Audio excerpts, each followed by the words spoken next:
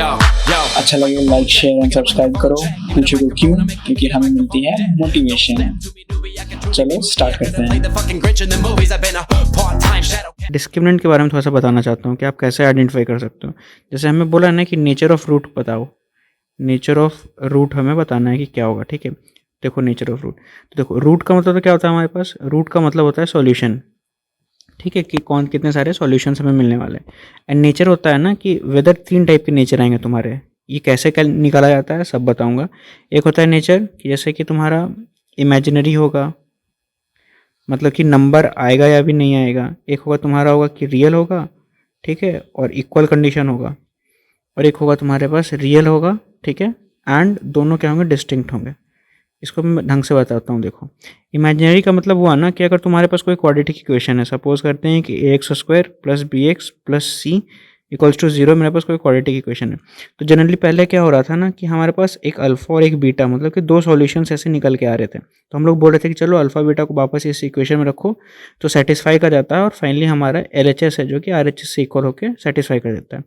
But यहाँ पे इस इमेजिनरी का सेंस ये बनता है ना, इस इमेजिनरी का सेंस कि अल्फ़ा बीटा ये दोनों में से कोई नंबर ही नहीं आएगा तुम्हारे पास। ठीक है, तुम कैलकुलेट ही नहीं कर पाओगे कि अल्फ़ा कहाँ से बीटा, मतलब कि इसका कुछ निकल के नहीं आएगा सॉल्यूशन, तो उसको बोलेंगे कि इमेजिनरी है, वहाँ पे कुछ हो ही नहीं पा रहा। ठीक है, सेकंड होगा ना केस कि रियल और इक्वल आएगा, मतलब कि जैसे इस इक्वेशन का था तो हमने बोला था कि अल्फ़ा एंड बीटा 2 सॉल्यूशंस हैं, राइट। ठीक है, रियल का इक्वल होगा कि तुम्हारे पास सॉल्यूशन निकल के आएंगे, अल्फा एंड बीटा आएगा, लेकिन जो बीटा की जो वैल्यू है ना वो अल्फा के इक्वल होगा, मतलब कि एक अल्फा है तो दूसरा भी अल्फा होगा।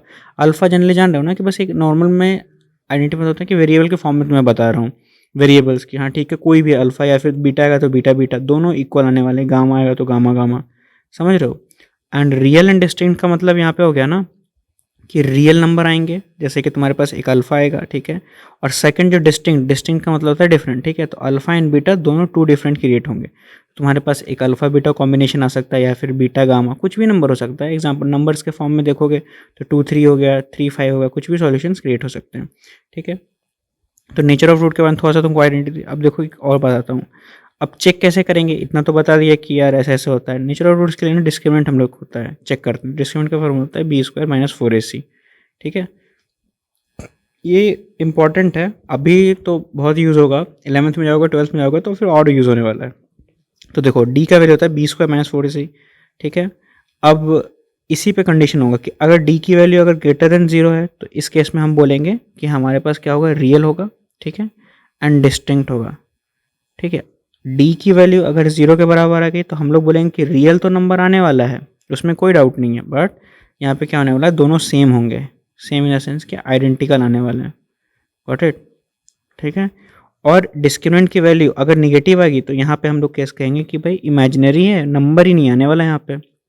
ठीक है, तो ये कंडीशन होता है। और तुम्हें ये पता ही होगा कि जो ये कोफिशिएंट्स हैं ABC, समझ रहे हो ना कि क्वाड्रेटिक इक्वेशन हम लोग कैसे लिखते हैं। General form of quadratic equation होता है ax² plus bx plus c।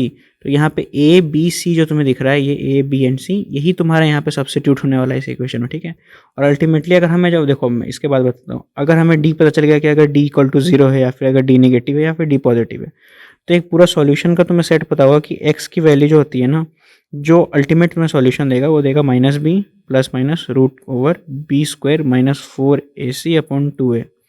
ठीक है, ये तुम्हें अल्टीमेटली सॉल्यूशन प्रोवाइड करने वाला है। 2 रूट्स यहाँ पे क्रिएट होंगे, तुम दिख रहा होगा यहाँ पे, एक पॉजिटिव है एक नेगेटिव है। ठीक है, तो एक पॉजिटिव के साथ अगर ले लो तो यहाँ पे तुम्हारे पास फर्स्ट रूट क्रिएट हो जाएगा। ठीक है, और एक अगर नेगेटिव के साथ तुम लेते हो तो यहाँ पे तुम्हारे पास सेकंड रूट क्रिएट होने वाला है। तो बेसिक इतना ही आइडिया है। कंडीशंस तुमको काफ़ी ध्यान रखने हैं। ठीक है, इसी कंडीशंस पे मोस्ट ऑफ द क्वेश्चंस होने वाले हैं। तो हम लोग क्वेश्चंस पे आते हैं। देखो, सो हाय एवरीवन, तो हम लोग एक्सरसाइज 4.3 का फर्स्ट कर लिया, सेकंड कर लिया। हम लोग आते हैं थर्ड क्वेश्चन पे। देखो थर्ड क्वेश्चन क्या है। थर्ड क्वेश्चन कह रहा है ना कि 2x² - 6x + 3। क्या लिखा हुआ है, 2x², थोड़ा सा मैं इसका थिकनेस इंक्रीज़ कर लेता हूँ। ठीक है, यहाँ से लिखते हैं, देखो 2x² - 6x + 3, 2x² - 6x + 3 = 0, right. तो यहाँ पे तुम कोफिशिएंट देख सकते हो कि ए की कोफिशिएंट क्या है 2, बी का कोफिशिएंट है -6 एंड ये। सबसे पहले क्या होगा, हम लोग चेक करेंगे डिस्क्रिमिनेंट।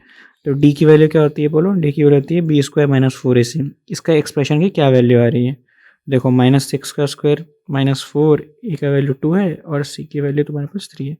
ये हो जाएगा तुम्हारे पास 36 माइनस कितना हो जाएगा बोलो, 4 या 8 24। तो हमारे पास आ गया 12 जो कि एक पॉजिटिव क्वांटिटी है। पॉजिटिव क्वांटिटी का मतलब क्या, कंडीशन से अगर मैच करोगे तो डी मेरा पॉजिटिव है। डी पॉजिटिव का सेंस क्या बनता है कि हमारा जो रूट होगा, जो हम लोग फार्मूला अप्लाई करके जो रूट कैलकुलेट करने वाले हैं, वो तुम्हारा रूट हो जाएगा रियल हो जाएगा, ठीक है, एंड डिस्टिंक्ट क्रिएट होगा, राइट। तो हमारे पास ये दोनों टाइप के रूट मिल जाएंगे। तो ठीक है, तो हमें यहाँ से कन्फर्म हुआ कि हमें एक अल्फ़ा रूट मिलेगा और एक बीटा रूट मिलेगा। तो सॉल्यूशन पे आ जाते हैं, ठीक है। देखो सॉल्यूशन हो जाएगा, एक्स की जो वैल्यू थी क्या थी बोलो, -b plus minus root over B square -4ac upon 2a। Expression हमारा यही कहता था, राइट। इसकी वैल्यू देखो अभी, इसकी वैल्यू अभी हमने कैलकुलेट की, ये तुम्हारी थी 12 के इक्वल आई है, राइट। तो हम लोग बस बाकी सब वैल्यू को पुट कर देते हैं। एक्स की वैल्यू -b मतलब कि -6, ठीक है, प्लस माइनस रूट के अंदर में ये 12 क्वांटिटी है और ये 2 और a की वैल्यू तुम्हारे पास 2 है, राइट। तो आ जाते हैं, सॉल्व करो एक्स की वैल्यू। देखो x इक्वल्स टू ये हो जाएगा +6 प्लस माइनस, तुम अगर 12 को लिखोगे ना तो 12 को ऐसे लिख सकते हो, राइट। तो तुम्हारे पास 6 12, तो ये 2 बाहर आ जाएगा, तो हमारे पास आएगा 2√3 अपॉन में 4।